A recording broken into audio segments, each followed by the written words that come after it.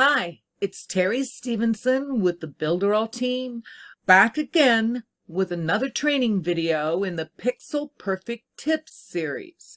This time, we're going to learn all about GDPR. First, we're going to learn what is GDPR. Then we're going to talk about who is affected. We're going to cover the 8 rights of individuals, and then we'll talk a little bit about cookies. We're also going to cover all the Builderall solutions to make complying with GDPR easy for you. We have a lot to cover, so let's get started. So what is GDPR? GDPR stands for the General Data Protection Regulation. And the General Data Protection Regulation is a recent law that regulates how businesses are collecting, using, and processing data from EU citizens. It's real important to know, though, even if your business is located outside of the EU, you're affected if you have EU customers who give you personal data, such as a name and an email address. GDPR went into effect on May 25th, 2018. And what's been happening is many small business owners are confused as what they need to do to comply. The language is aimed at large corporations, but don't be fooled. Please take this seriously. Even if you're a single person business, even if you're a sole operator, you need to comply.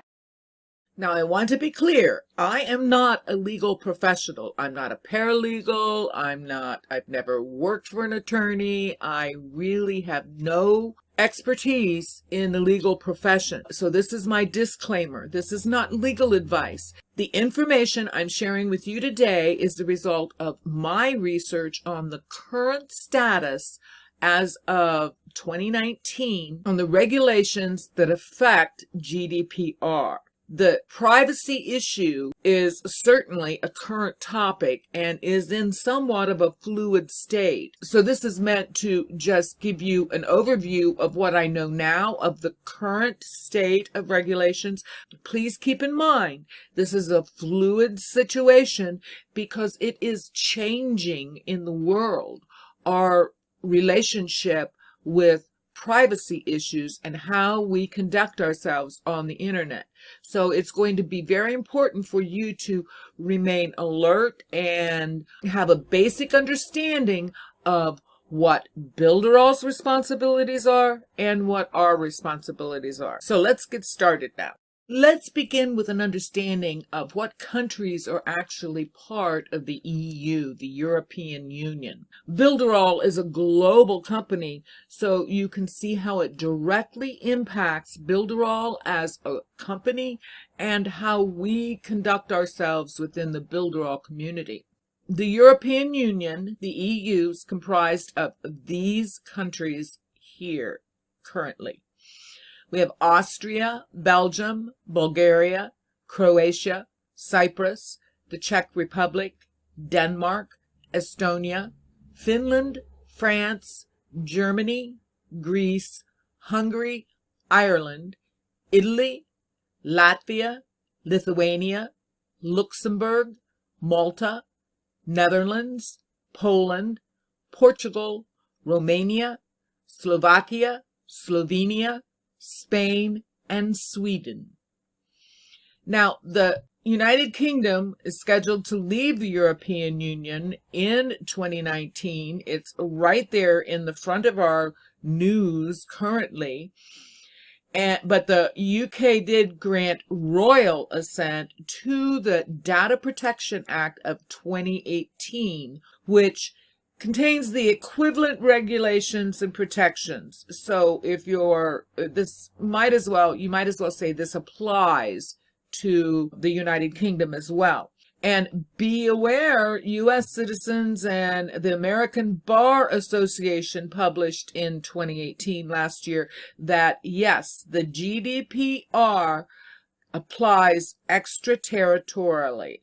So if you're doing any kind of interactions and gathering information from any of these countries, it applies here as well. I find it just to make sure I'm GDPR compliant and doing what I'm supposed to do and staying abreast of the current state of regulations, and then I don't have to worry about it. For those of us in the US, it can be really confusing as to exactly what we have to do with the regulations in the EU. And for that, you can do a little bit of research and look into the EU-US Privacy Shield. The EU-US Privacy Shield is that framework for regulating the transatlantic exchanges of personal data for commercial purposes between the EU and the US. And as I said before, there's a lot of movement on this topic, especially in the courts. Really what you need to understand is that down here, the original U.S. Privacy Act has never offered data protection rights to Europeans. So the current state added 2 more instruments to ensure that the EU citizens' data is fully protected when transferred to the U.S. And it's done through the EU-US Privacy Shield and then the EU-US Umbrella Agreement, and that's what you really need to be aware of. This Umbrella Agreement went into effect on February 1st, 2017. To finalize this agreement, the U.S. Congress adopted a new law, the U.S. Judicial Redress Act, which extends the benefits of the U.S. Privacy Act to Europeans and gives them access to U.S. courts. So it's good to remember when you're even taking an email and a first name from somebody, anybody, no matter where they are really, it's good to comply with these GDPR regulations because there are potential legal ramifications. So there are specific responsibilities that Builderall must meet to be compliant with GDPR. There are also responsibilities that you have to be compliant with GDPR. Failure to comply could result in some pretty harsh penalties. GDPR will allow fines up to 20 million euros or 4% of annual turnover, whichever is higher. GDPR applies to any business that processes the personal data of any EU citizen. Now, keep in mind, could be your customers, your clients, suppliers, a partner, an employee, a freelancer, anybody that you are holding personal information on. So let's talk a bit about Builderall and GDPR and Builderall's responsibility. Builderall's designated GDPR data protection officer is Alexandra Ibahara. And there are 4 main areas that I really want to talk about. Awareness. Builderall wants to make it as easy as possible for you to comply with GDPR. The team is always hard at work building easy-to-use tools that will help you comply with these regulations as they're changing. Builderall has already implemented strong privacy protection. That means we're handling your content data appropriately and in line with the EU legal requirements. That's very important. Builderall also has taken on the responsibility of making sure that the staff has been properly trained and that we have data protection specialists designated to ensure that we remain fully compliant. And I also want to mention implementation. Builderall has made it as easy as possible for you to implement strategies that will keep you GDPR compliant in a changing environment. So now let's talk about your responsibilities. The GDPR includes the following rights for individuals, and there are 8 of them, and we're going to cover each one of these individually. The right to be informed, the right of access, the right to rectification, the right to erasure, the right to restrict processing, the right to data portability, the right to object, the right not to be subject to automated decision-making. The right to be informed. Individuals have the right to be informed about the collection and use of their personal data. This is the key transparency requirement under the GDPR. You must provide individuals with information including your purposes for processing their personal data, your retention periods for that personal data, and who it will be shared with. We call this privacy information. You must provide privacy information to individuals at the time you collect their personal data from them. And the information you provide must be concise, transparent, intelligible, easily accessible, and it must use clear and plain language. So now we need to ask the question, how are we going to implement the right to be informed for our websites? Builderall makes it easy because we can do that in your personalized privacy policy. Let's get into the Pixel Perfect Builder, and I'll show you how to find the template to build your own personal privacy policy and how to implement it on your websites. I've opened up my back office and entered the Pixel Perfect editor. And here you can see I've opened the Fruit Shop website. The very first thing we're going to do is come over here to our page icon at the top here and click on it, and that shows us our layouts. And as you can see in the Fruit Shop website right now, we have just one layout, the default layout. So we'll click there, and you can see we only have one page here, the home page, in the Fruit Shop website at this moment. What we need to do is get our privacy information into our website, so we're going to add a page. If you come down here to the bottom of the card where it says Add Page, we can click on Add Page, and since we're looking for legal pages, we'll click on Legal. And this brings up several documents. These blue ones here are in German, and this is a disclaimer. You can see it here. We have frequently asked questions, the privacy policy, that's what we're looking for. We also have a refund policy, and then we have terms of website use. Typically on any website, you're going to need at least 3 of these pages.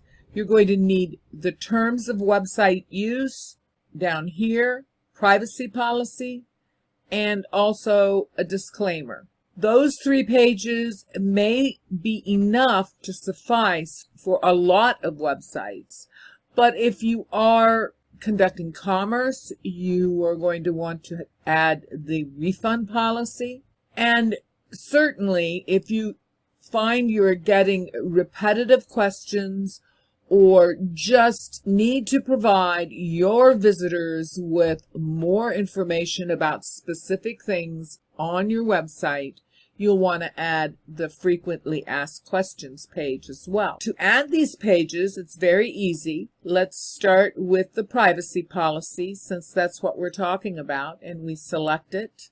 It names it Privacy Policy. We'll keep that name and confirm it. That loads that page into your website, into a page on the website. And if you read through it, come all the way down here, and you can see on this particular page, we're going to need to move this footer down, just like that, click on it, so we can see the entire template. That's how easy it is to add the privacy policy. Now let's add another page. Since most websites are going to need 3 pages, we're going to add the disclaimer, confirm, and again, pull that footer down so you have room enough to see the entire document. We'll add one more page and add the terms of website use. Confirm and check your footer. So let's save that, save again, and if we go back into our layout, we can now see that we have 3 new pages in this layout. Privacy policy, the disclaimer, and the terms of website use, which, like I said, may be enough for a website if you're not needing the refund policy or the frequently asked questions. One thing I should say is you'll want to go through these and read this word by word. These are templates. This is a guideline for you. And you'll want to make it specifically cover your privacy policy, your terms of website use, your disclaimer notice. This just gives you a great guideline. So go through this with a very keen eye and make sure it says just exactly what you want it to say. And you'll notice that at the bottom of this template and in some places elsewhere, you'll have to change, like here, our address, where it gives the user your actual address in case somebody needs to send you an email or a piece of correspondence. This has to be down here, and you just replace that just by double-clicking in here. It brings up the editor here. You can see we can go right down to that part and replace it. So if you put in your email, your mailing address, and then you would want to edit this to reflect the same size font. Make it bold, and make sure you have the correct information for your business, where it applies. And you can see as I've made this text box longer to fit that extra information on it, we're going to have to also enlarge this box. So I'm selecting the box and I'm going to use and bring it down, and I'm even going to lower this footer a little bit because I have the shadow here and I want to make sure that stays visible. So once you've edited your privacy agreement, your privacy policy on your page, along with the other pages, you save it, and now we have a page. Now, it's not listed on our menu, but we'll apply it in other ways, in other areas. But the page is created. And you'll want to do that for all of the legal pages that you create. Let's get back here in the Fruit Shop website. Let's open up the layout, and now we see our 3 legal pages that we just created: the privacy policy, the disclaimer, and the terms of website use. So what I want to do now is I actually want to remove these pages because I'd like to show you another way of adding these pages into your website very quickly. So let's go ahead and we'll click on the privacy policy and click on the gear and delete that page. Yes, we want to delete it, so I'll confirm it. Then we'll go to the disclaimer, click on the gear, delete that page. Confirm it. Same with the terms of website use. We'll delete it. You see we now only have the home page. So just to make sure, I'll save it. Save again. And now if we look back here in our default layout, we still only have the one page. One way to add these legal pages into your website, especially if you are building multiple funnels, multiple landing pages, multiple sites and layouts that require the same legal pages. The really fast and easy way is to create a layout and then bring the layout into your website. Now I'll show you how to do that. So we'll have to close out of the Fruit Shop website. I'll go ahead and close. I've gone into the back office in the Pixel Perfect Builder, and I've created a new website using the clean blank page template. That's all I've done here. I haven't made any other changes.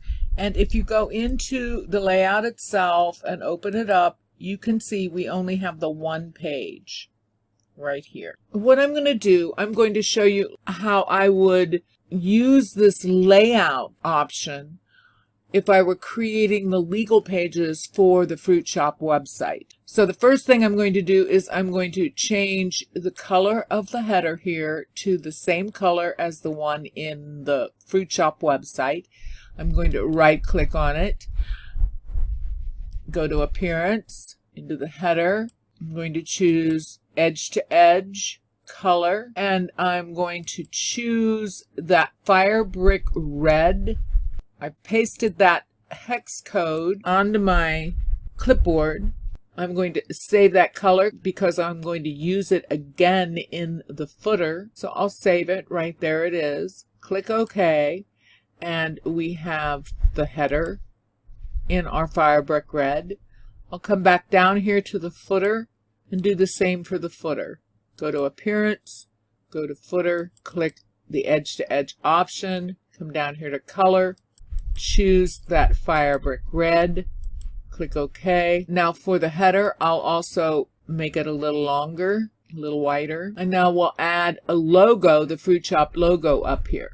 So I'll click the plus sign, go to Images, change the image, find my Fruit Shop directory, find the logo, select it, and confirm. Now it's too large, so I'll make it a little smaller so it'll fit up here in the header. We get the alert that we've moved something into the header, which will appear on every page in this layout. You want to remember that.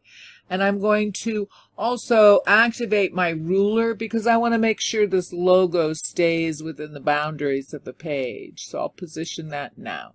And I'm going to save. And since this is a brand new website or layout, I'm going to name this Fruit Shop Legal. Send it, save it, and all the changes were successfully changed.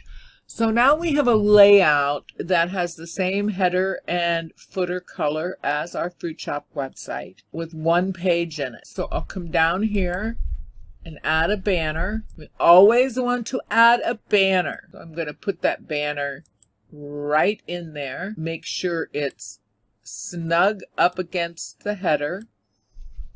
And I know it's going to need to be longer, so I'm going to move my footer down and make it a little longer. We'll start there. Let's change the appearance to white. Click on Colors, choose white, choose OK. Now I'll come over here and I'm going to come into the default layout, which is our Fruit Shop Legal Pages layout. And I'm going to add a page. So I'll add a page. Go to Legal, and I'll add all 5 of these pages. So we'll just start right here. Here's the disclaimer. I'm going to confirm it. Move my footer down to make sure it's well below the page. Now I'll come back over here and add another page. This time I'll add the frequently asked questions. Confirm it. Move the footer down. Give it plenty of room. Come over here and add third page, privacy policy. Make it long enough.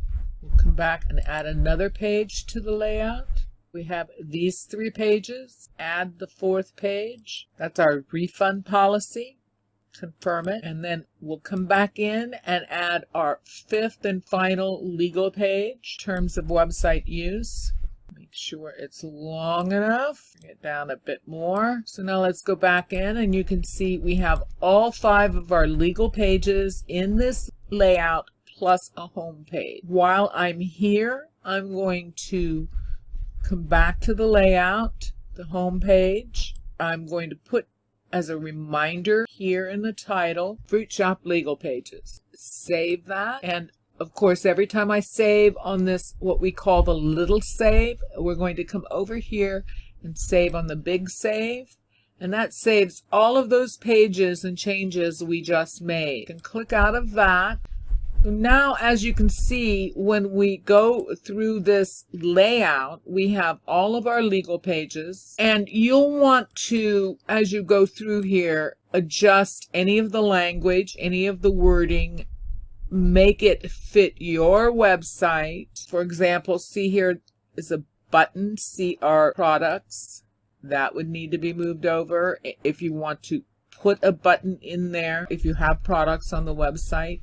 And of course, you're definitely going to want to go through this privacy policy and word by word, make sure it fits your website and your legal requirements. You're also going to want to put in your company address and adjust it in those places. Once all of that is done, you're going to save again. And now you have a layout with all 5 legal pages. Now, why would you want a layout created like that? Let's imagine that the fruit shop has several different landing pages or a couple different domains that they're working to build their brand, to market their brand.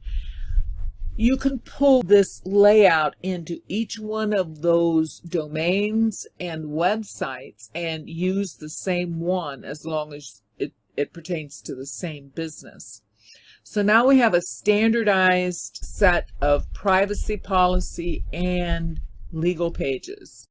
In this method, I've showed you how you can create a layout for your specific brand and then reuse it in several different websites. If you're an agency or if you're building multiple websites for different clients, it's a great idea and will save you a lot of time if you create a similar layout with no branding whatsoever. Let me show you what I mean. I've brought you to a website that I created. It's in my back office, and the website's called Default Legal Pages, and I published it. Now, there's no domain connected to this website. It's just a published website. And the reason I did that is I wanted to be able to share the legal pages with clients so they can view them, refine them, alter them, and make the suggestions about how it needs to be changed for their website. So by sharing this link, they can then come to this page and click on the disclaimer, read through the disclaimer, read through the frequently asked questions, or get a guideline for the frequently asked questions. But most importantly, of course, through the privacy policy, they can check it out and read through it here, the refund policy, and the terms of website use. So this is a great way for me to share a simple link with a client to get the changes that need to be made to these pages. Now, once the changes have been made, here's what I can do. I'm back in the fruit shop website now, so I can come up here. You can click the page icon, which brings me to my layouts, and down here at the bottom I can add a layout. When I click that button, I can choose my layouts, and here it will give me a list of all the layouts that I have available in my sites list. So I can scroll down here and I can find my default legal pages layout, choose it, confirm it, and as you can see, we now have 2 layouts in our fruit shop website. We have our default website, here's the fruit shop, but now we also have a legal layout. That brings all of these pages into the website, and now let's change this to legal pages. I'll remove this text box. I'll remove the default from that title. Actually, I think I'll just remove the entire text box because now I can change the appearance of the header to match our custom header. Go down here and add an image, add the logo again, by right-clicking, change image, find the Fruit Shop directory, select the logo and confirm it, resize it, put that in the header, and of course we're going to check with our ruler to make sure it's inside the margins of the body of the page. And now all I need to do is add some buttons. So let's find a button, and we can just make it a standard button. Well, let's just choose this blue one here, and we'll make it a little bigger. Change the appearance, make the font a little bigger, the color, down here the color of the background. Let's change this to our red, as well as the background color for the hover. We want to keep this really simple, so we'll make this text read, instead of register now, privacy policy, confirm it.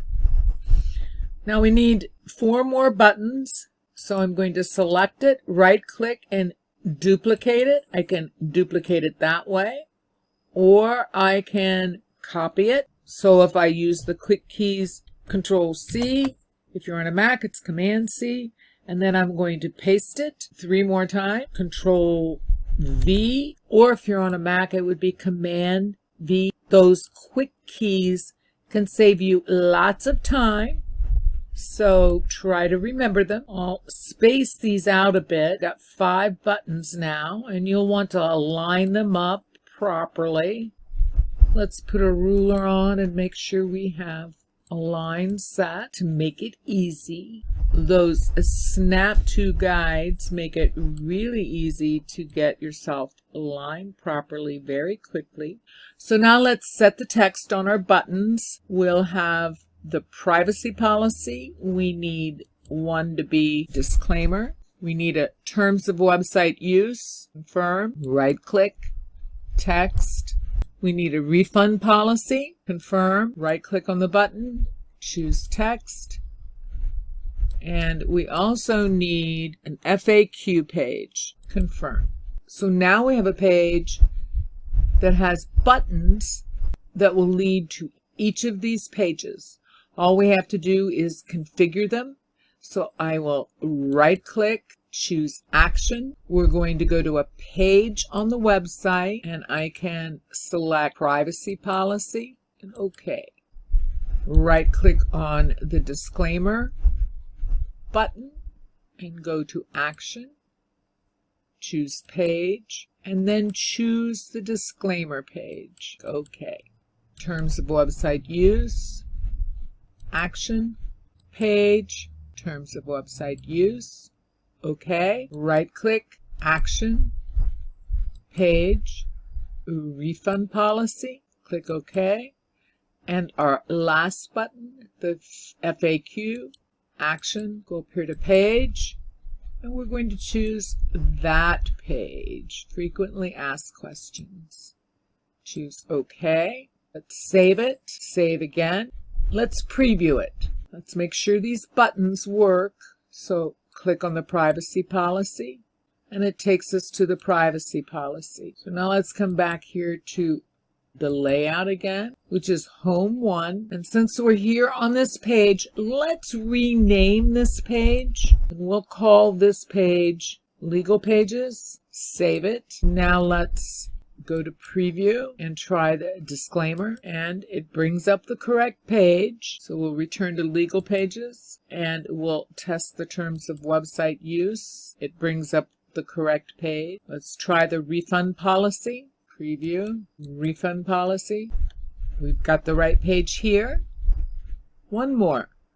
Return to edit. We'll go to our Legal Pages and let's test the frequently asked questions in preview mode, and we have it working fine. Return to edit. So we have all of our pages in the website now. If we go back to Fruit Shop home page, it brings up our Fruit Shop website, and we can come right down here into the footer, or anywhere you want, but we're going to put it in the footer. Well, we're going to add it to the menu. So let's right click, edit menu items, add a link on a page. So we're going to select our legal pages, choose OK, confirm that that's what we want to call the item. So we're going to confirm it. Right here we have our legal pages menu link. So we're going to confirm it. That adds it to our menu. So now we can make this a little longer. We'll need to make the footer a bit longer. I'm going to decrease the space in between the items. To do that, I'm going to right-click and click on Appearance. And I'll come up here to the anchor menu, click on Settings, and menu spacing will decrease this. We're going to go to the vertical item spacing, and we're just going to make it a little bit shorter. I'd really like to get it aligned to where it's pretty much in the same ballpark as this. Maybe just a little bit more. That looks pretty good. And then I want to change my legal pages here. I have everything else in all caps, so I want to pay attention to that detail and do the same for the legal pages. So I'll right-click, edit menu items, and I'm going to come down here to the legal pages item. Click right here on this edit and rename item on the pencil icon. I'll make sure it's all in all caps. Confirm it here, and I want to see how that looks on the page. That looks great. So we're going to save it. Save again. Now let's preview it. Footer looks good, and let's test it. Let's go to the legal pages. The right page comes up, privacy policy. We're going to return to edit. Now, the one thing that I would suggest you do is I would put a button up here that returns you to the home page and perhaps even the legal pages page. So we're going to create another menu. We're going to go to the plus, go to the menu, and let's just make it a very simple classic menu. Right click, we're going to check the appearance, make sure we click it, and then edit it by going to the gear. The first thing I want to do is change the font, and since there are only 2 items on this menu, we can afford to go to 24 points, I think. We'll do menu text color and change that to white and leave all the others on white. Edit the menu items, and we're going to remove all but 2 of them. So I'm just clicking on the trash. Now let's rename the first one home, and we'll keep it in all caps. So we have a home. We will name the second one legal pages. Now let's make sure they go to the right pages. So we're going to edit it, and this first one will go to home and click OK. And this second one will go to our legal pages page. Click OK. Confirm. Let's center this. We'll center it for right now. Center element. Save. Now let's preview it and see if it works. Let's go back to home. It takes us to the home page of the fruit shop.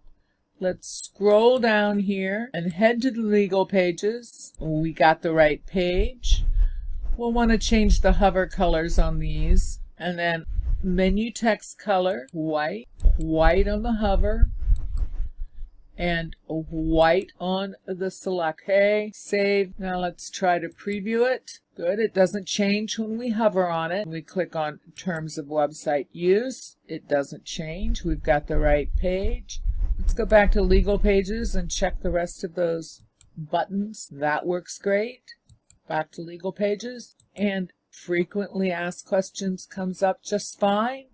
So now we can come back to home, and we have fully installed all the legal pages and altered our menus, and all of that is accessible now to the Fruit Shop website. This technique, especially if you are building multiple websites, I would suggest anybody, even if you're only going to build 2 websites, it saves you time if you go ahead and pull those pages into your back office in your My Sites list, because then you can pull all 5 pages at once into any website, alter it very quickly, and you're right in business. So we've taken care of and complied with the first individual right established by the GDPR. The next individual right we're going to learn about is the right of access. Individuals have the right to access their personal data, any of the personal data that you're holding on them. And this right is commonly referred to as subject access. Individuals must be able to make a subject request either verbally or in writing. That's why it's explicitly important for you to have on your website your business phone number and an address in case they want to make this subject request in writing. Now, you have 1 month to respond to a request, but you cannot charge a fee to deal with this request in most circumstances.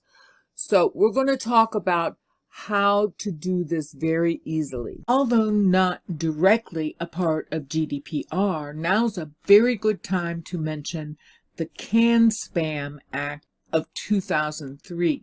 The CAN-SPAM Act was signed into law in December 2003, and it established the United States' first national standards for the sending of commercial emails, and it requires the FTC to enforce its provisions.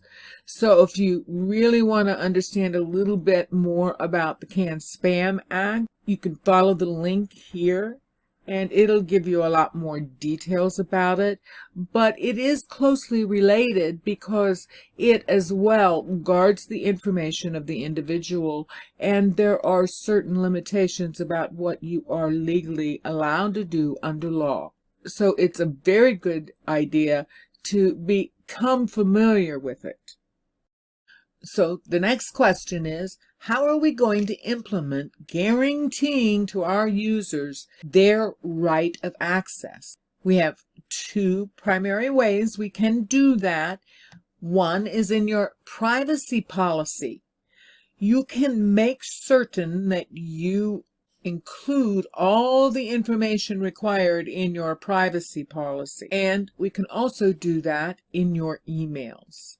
So let's jump into Mailing Boss in the back office of Builderall. And I'd like to show you a link that you can put into your websites, emails, wherever you need to put this type of information to comply with GDPR and the CAN-SPAM Act.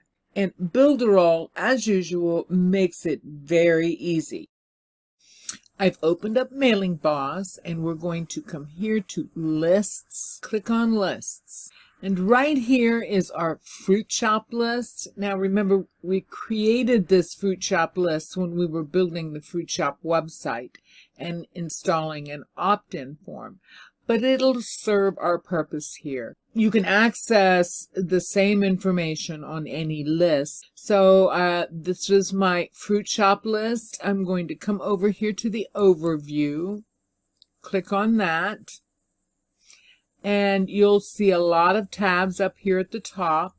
We're going to go to Pages. Now, these are the pages that are standard or stock pages in your Builderall back office, as well as stock emails that are in your back office assigned to each and every subscriber list that you create. And if you look down here, you can see several pages For example, the update your profile. If you click on that, it brings up this page and it inserts a form where they can update their profile. Now, it's not edited or customized in any way. It's a very, very basic form, but this page, this actual page, is created every time you create a subscriber list.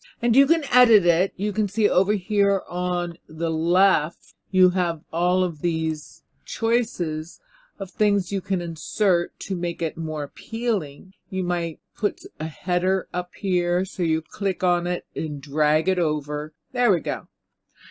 And that inserts the banner that has a small round picture that you can edit, title, sentence, and your network icons for your social media network bar. So you can edit this any way you like using these banners. And then you would click save and go to the next page. So you could put perhaps your fruit shop logo here or your picture, just depending on what kind of list or website you're building. And then once you have that created, you can send people to this page, include the link in your privacy policy, in your emails, or in any piece of content that will accept a hyperlink. So let's just edit this a bit.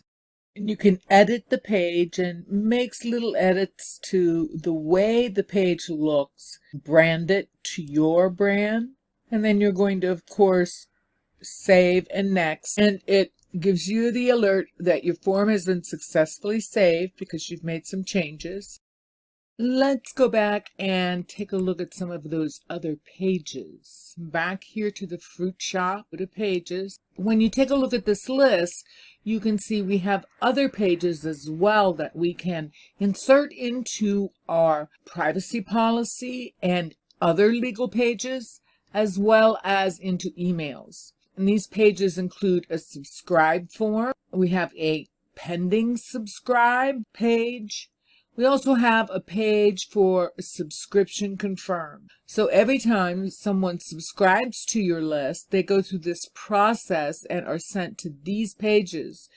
A subscribe form to enter the information, then they're sent to the pending subscribe page, telling them to go back and confirm their subscription, and then they're sent to the confirmation page that lets them know that their subscription has been successfully confirmed. Then we have the update profile page, which we just took a look at.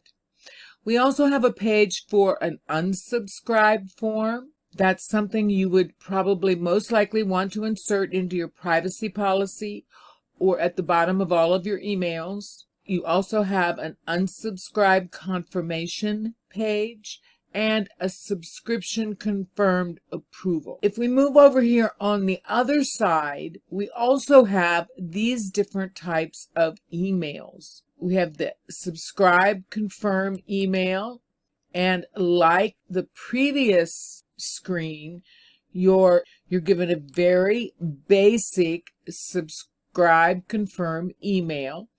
Please click here in order to confirm your subscription on the list. If for any reason you cannot access the link, please copy the following URL into your browser bar, and then the Builderall system inserts the subscribe URL in between these two brackets. Now, of course, you can alter it any way you like. You can add to it and make it more your voice. Let's go back to look at the other emails. We have an unsubscribe confirm email that is sent out when somebody unsubscribes. We also have a welcome email and the subscription confirmed approval email. So you see there's an awful lot of templates and really basic pages already created for you that you only need to perhaps brand with some of your brand identity and change the language to fit your website. That's the power of Builderall. Now let's talk about the next right of individuals, the right to rectification. The GDPR includes a right for individuals to have inaccurate personal data rectified or completed if it is incomplete. An individual can make a request for rectification verbally or in writing, and again, you have 1 calendar month to respond to a request. When we ask the question, how are we going to implement the individual's right to rectification, we already have the answer. The right to rectification is just the ability to go in and correct the information that we are holding on an individual. So by creating that update profile page and having that accessible, as well as all of our other requirements, like the ability to unsubscribe from the list, will keep us compliant. So we already have the tools in place to satisfy the right to rectification. All you need to do is add an update profile link to your privacy policy and emails. The next individual right that we need to consider to be compliant with GDPR is the right to erasure. The GDPR includes a right for individuals to have personal data completely erased. The right to erasure is also known as the right to be forgotten. Individuals can, of course, make a request for erasure either verbally or in writing, and you again have 1 calendar month to respond to a request. Now, this right is not the only way in which the GDPR places an obligation on you to consider whether to delete personal data. Now, let's talk about this, because it's not as simple as unsubscribing from your list. You have to go right into the data bank and completely eliminate and erase all the data on the individual. So this is a very important thing to understand. Now let's talk about how we're going to implement the individual right to erasure. We can do that again in your privacy policy and legal pages, in your emails, and the easiest way to implement this complete erasure from your data banks is through having a special form on your website that you can link to that makes it very easy for people to contact you, and then you can go in and take direct action and make sure all of their information has been removed from your files. So we're going to learn how to add that Forgot Me form to your website. Back in the Pixel Perfect editor on the Fruit Shop website, and let's add a forgotten form to this website, and a second page we can direct the user to after they have made their requests to be erased. So the first thing we're going to do, let's come in to the legal pages on this website and add a blank page. So let's click this legal page and we're going to add a page. Now we could add it to either layout, really. We could add it to the default layout back here just as easily by pulling up the default layout, which only has the home page in it, and add a page here. But it's just my personal preference for my own reasoning to keep this anchor page as a really true anchor page. So I'm going to go back, I'm going to select the legal pages in this layout, and I'm going to add a page, and I'll add a blank page right here, and I'm going to call this Forgotten Form 1 and confirm. So here we are on Forgotten Form 1. I'm going to also add another page, a blank page, and I'll call this Forgotten Form 2. And confirm. This is going to be the page where we're going to direct our user to, after they've submitted their request, to be forgotten in our database. So we can say whatever we need here. I would keep it very simple. I'm going to activate our footer and pull it down a bit. And as always, I'm always going to start with a banner. Click plus, banner, and I'll just choose this classic banner, my favorite. I'm going to make sure it's tied up against the header. And then I'm going to right click and change the appearance and turn the color of the banner to white. Click OK. Now remember, this is the page where we're going to direct our user to. So we can keep it very simple. I'm just going to add some text. Add text. I'll keep it, let's do a headline 2. I can use whatever I want. I'm going to replace this dummy text. Whatever I want to say to the user, I'll keep it simple. I just type something in there that will be fine quickly. You can refine it however you like. Position it on the page element. Shorten that banner. Save. Save again. Now let's go to our forgotten form 1. Let's add a banner. Again, the classic banner. So I will make sure it's snug.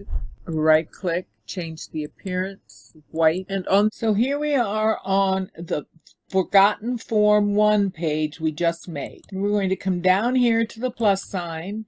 We're going to add a contact form. Let's add this form.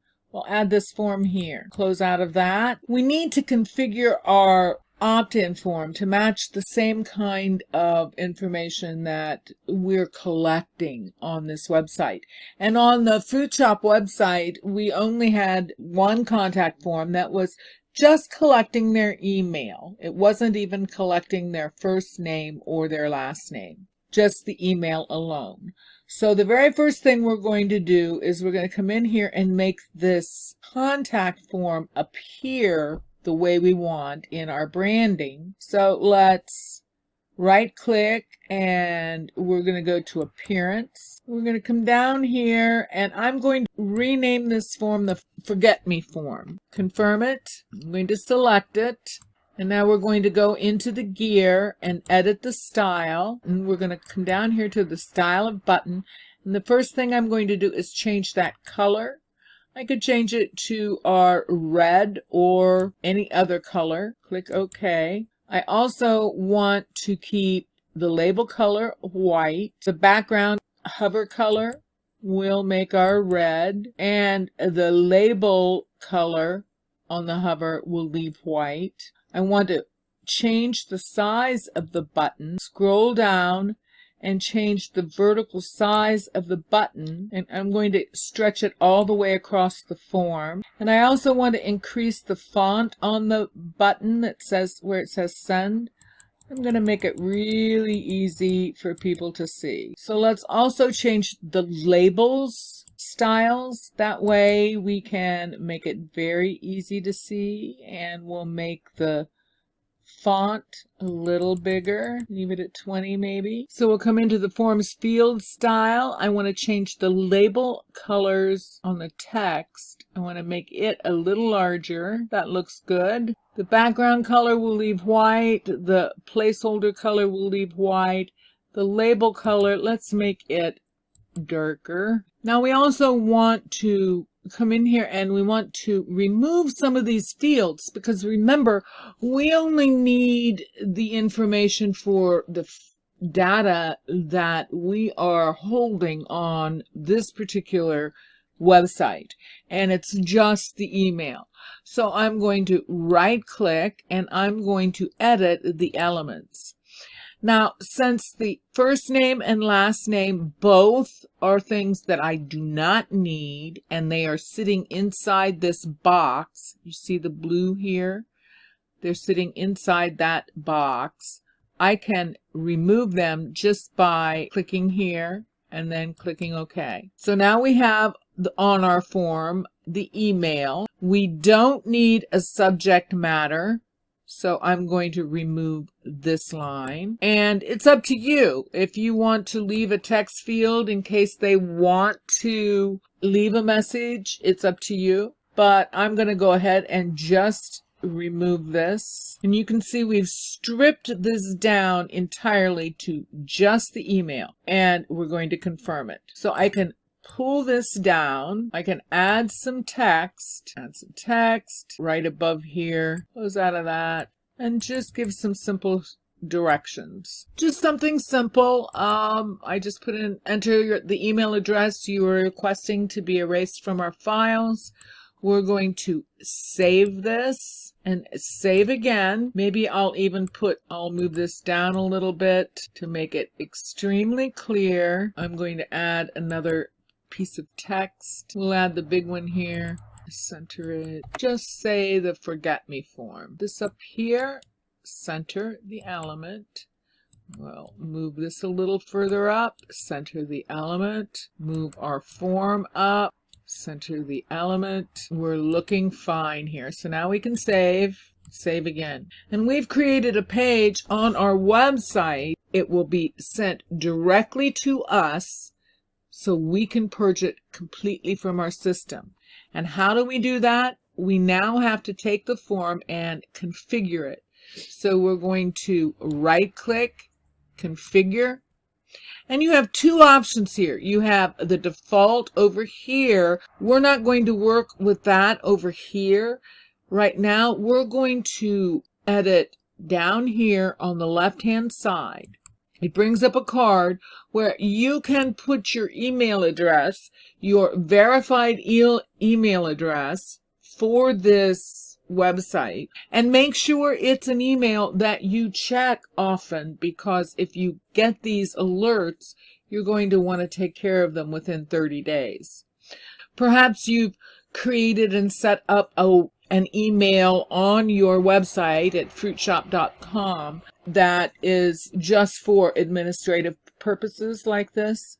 So you could put that email in here. If you want to insert more than one email, you can do that just by separating them with commas. But down here in the subject line, it's really important that wherever you're sending it, it's an email that you check regularly, because you'll want to make sure you honor this request within 30 days. So in the subject area, you're going to put something that will trigger your memory and alert you to the fact that you need to act now on this. So I would put forget me form. Now we're not going to add any coupons, but down here, the action taken after somebody sends this message, right now it's no action. We're going to click on this. We're going to come to the page, and we're going to choose that forget me form page 2 that we created. We can open it in the same tab or open it in a new tab. So we'll hit OK. Now that we have this filled out, we're going to confirm it. You can set your success message here by clicking on this. And here's where you'll write a success message. Something simple, just a simple statement, and then confirm it. So now we're going to save it. Save again. Now that we've created those 2 pages, one thing that you could do is come here to your legal pages layout and move your footer down just a bit and the size of that banner down, and add another button. Click on this button here if you like, and then duplicate it. So you can right click and duplicate it that way, or copy and paste it. Let's just put another one in here really quickly. So we're going to highlight that, and we're going to change the text on this button to say forget me form. Confirm it. Then we'll right click it and go to action, and we're going to choose forget me form 1. Choose OK. Save that. Save it again. And now let's go to preview, and we can see we have our forget me form button here. And since we've created this page, we now can copy and paste the URL of this page to use in our legal pages, our privacy policy, or any place else we want to share the information. The next individual right guaranteed by GDPR regulations is the right to restrict processing. Individuals have the right to request the restriction or suppression of their personal data. When processing is restricted, you're permitted to store the personal data, but not use it. An individual can make a request for a restriction verbally or in writing, and as usual, you have 1 calendar month to respond to a request. Now, how do we implement this right to restrict processing? So really, this right comes down to really making sure that it's very clear and available to any of your users that they can opt out and restrict or completely suppress the processing of their personal data. And how do we do that? We do that in the privacy policy, your opt-in pages, and your emails. All of these rights that individuals have can be implemented very easily by just using the Builderall tools properly. Let's move on to the next individual right. The next right is the right to data portability. The right to data portability allows individuals to obtain and reuse their personal data for their own purposes across different services. It allows them to move, copy, or transfer personal data easily from one IT environment to another in a safe and secure way without affecting its usability. The right to data portability entitles an individual to receive a copy of their personal data and or have their personal data transmitted from one controller to another controller. Now, you can achieve this by either directly transferring the requested data to the individual or providing access to an automated tool that allows the individual to extract the requested data themselves. Now, this sounds really complicated, but it really isn't in most instances. Unless you're like the Library of Congress or perhaps a huge medical research lab where you're holding a lot of data on individuals, that would be a little bit more of a problem to sort through and make sure that your user had that data available to them. For most instances, it's just a matter of creating and making available that update profile. If they're in your system, in your data bank, then they need to have a way of updating their information. And so they need a password protected way to update their information and at the same time be able to download it and extract it if they want to. So it's really not as complicated as it sounds in most instances. If you make sure that you have that ability easily accessible for your users where they can go in and update their profile and extract their information, then you are complying with the right to data portability. The next right, the right to object. The GDPR gives individuals the right to object to the processing of their personal data in certain circumstances. Individuals have an absolute right to stop their data being used for direct marketing. You must tell individuals about their right to object. An individual can make an objection verbally or in writing, and, of course, you have 1 calendar month to respond to an objection. This is really straightforward. You must inform your users that they have the right to object to any direct marketing and opt out of any of your marketing lists or non-marketing lists. It really doesn't matter. They have the absolute right to opt out of being directly contacted about anything, really. So the way we make this available is to always make sure in all of our emails, in our privacy policy, and on our website that we have the information available and the link available for them to unsubscribe from the list and opt out from any further correspondence. So that's a pretty easy one to make sure you comply with. The next individual right we need to talk about is the right not to be subject to automated decision-making, including profiling. The restriction only covers solely automated individual decision-making that produces legal or similarly significant effects. These types of effect are not defined in the GDPR, but the decision must have serious negative impact on an individual to be caught by this provision. Now, a legal effect is something that adversely affects someone's legal rights. Similarly, significant effects are more difficult to define, but would include, for example, automatic refusal of an online credit application or e-recruiting practices without some kind of human intervention. Now, by and large, as entrepreneurs, we're just mainly collecting emails, perhaps names, and we'll, like when somebody opts into your list and gives their email, we'll let you in no matter what, as long as you have that email. We're not going to profile people out. The thing to understand about this is that you want to make it clear that you're not segmenting people out by profiling them.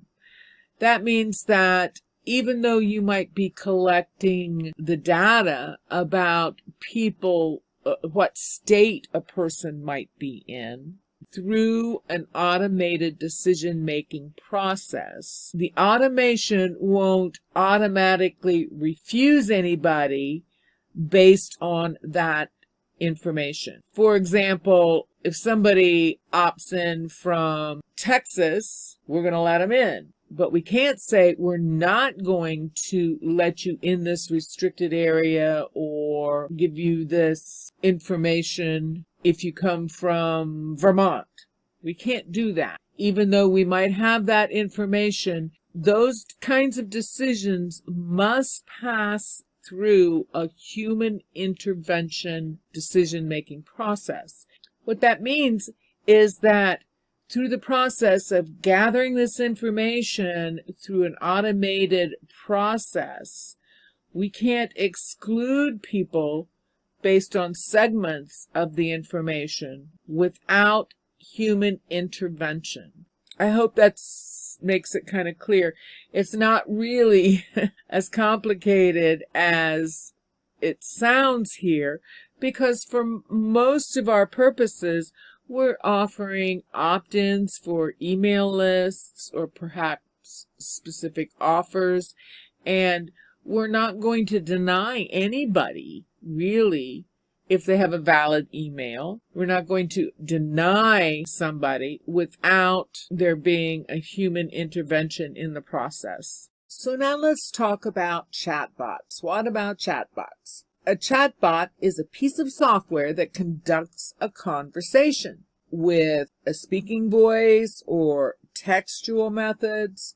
Now, chatbots have gotten really, really good and are designed to convincingly simulate how a human would behave as a conversational partner. They're used in dialogue systems for lots of practical purposes, including customer service, information acquisition, like retrieving information. Some chatbots use sophisticated natural language processing systems, but many simpler ones can scan for keywords, just the keywords within the input, and then you'll pull a reply with the similar wording pattern from a database. And of course, chatbots are all over the place.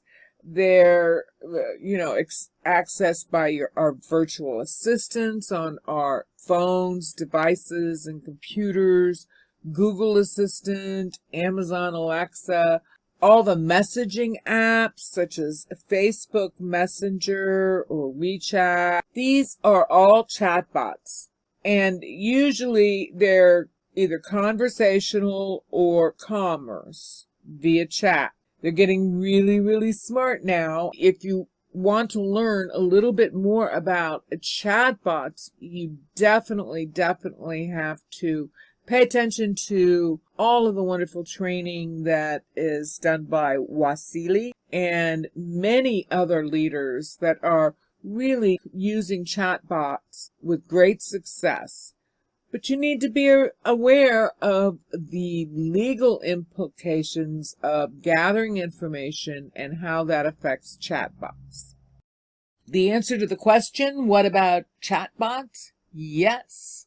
Yes, you do need to comply with certain restrictions by making those very choices that we've been talking about available in your privacy policy or in your emails associated with your chatbot. You have to disclose when they opt in that you're gathering information. You can do that with the forms on your website, and the easiest way to do is to provide easy access legal pages, so if there's any question at all, they can go right to the legal pages and you've complied with the GDPR regulations about disclosure and what they can do to opt out or have their information completely removed.